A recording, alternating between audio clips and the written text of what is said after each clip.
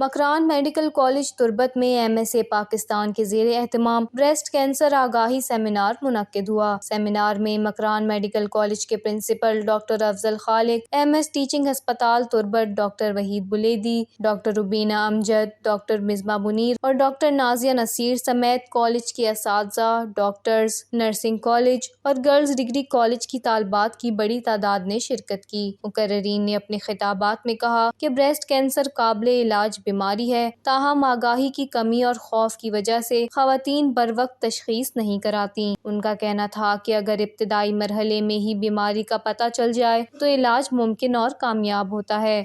میں تو یمیشی کے بعد ہر جنین بارہ بزان کے گورا دانت در کے میں ڈاکٹر کے ربوئی مطلب میں کے رہی چیز دستی اما وحدہ کے ڈاکٹر کے رسل کے درد کا درد والا چیز عراب نہیں آ چیز کے درد مانی عرابی مطلب میں تیرا میشن کے جنین آرا کے 5-6 سال گزی نوک میں تیرا کہاں ڈاکٹر 5 سال وسطہ 6 سال وسطہ بلے ای گپا ہر جنین بیدان کے نوکی دانت درد اچھا یک دانگیارا محسوس کرنے کے واسطہ تقریباً 5 سال نوکی ہے یہ درہدا مطلب آتی جس میں 5 سال کی موجود نو اتکا تو دیتا ہمیشہ نوکی نوتر محسوس ہوئی ایسون مطلب ہمیچو جلدی ہی ڈاکٹر کے رب برو تاکہ تئی معائنہ ہبے۔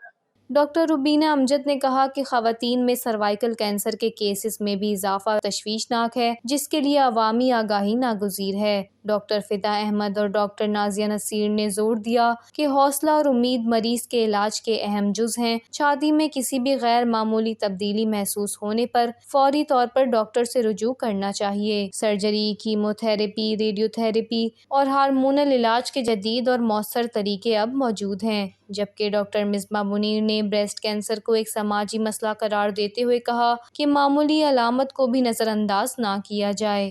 آخر میں پرنسپل ڈاکٹر افضل خالق نے تمام شرکاء کا شکریہ ادا کیا اور شرکاء میں شیلڈز اور سرٹیفکیٹس بھی تقسیم کیے۔ وش نیوز، تربت، بلوچستان۔